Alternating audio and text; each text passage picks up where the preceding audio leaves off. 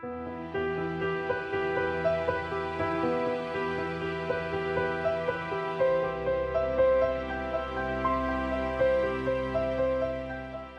one thing that is absolutely totally clear in my career is that I was able to drive for a great manufacturer.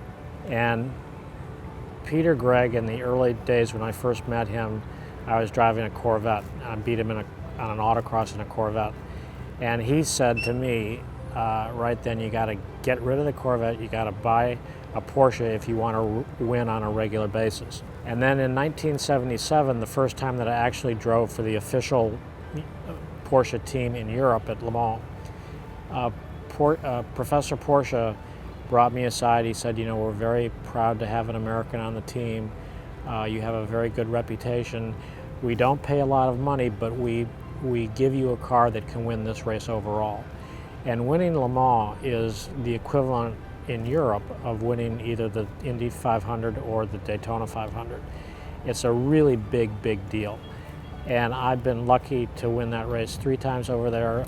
So when you are driving a car that gives you the capability of getting into victory lane, it motivates you to continue on. And through the successes behind the wheel of the car, I've been able to take other paths that have been lucrative. My relationship with Brumos, Porsche, I started working for them in 1967. It's been nonstop since 1967, so that's a really strong relationship.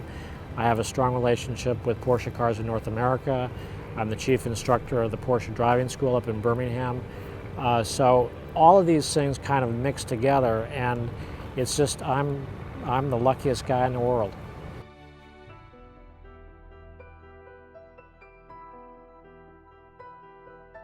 When I look back, I think that winning the 24 Hours of Daytona and then backing that up with Sebring really put my name and Peter's name on the books. We were just we had won 2 IMSA championships, but that was basically an American championship. It really wasn't too much, the Europeans didn't really pay too much attention to it back then.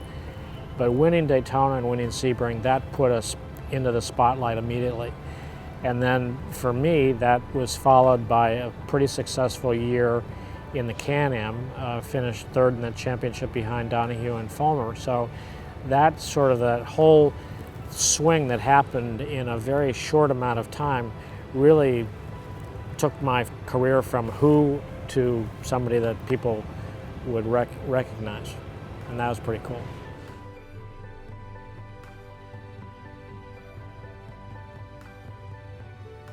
We have a collection in Jacksonville at our dealership, and we've been able to capture back a lot of the old race cars that I've driven.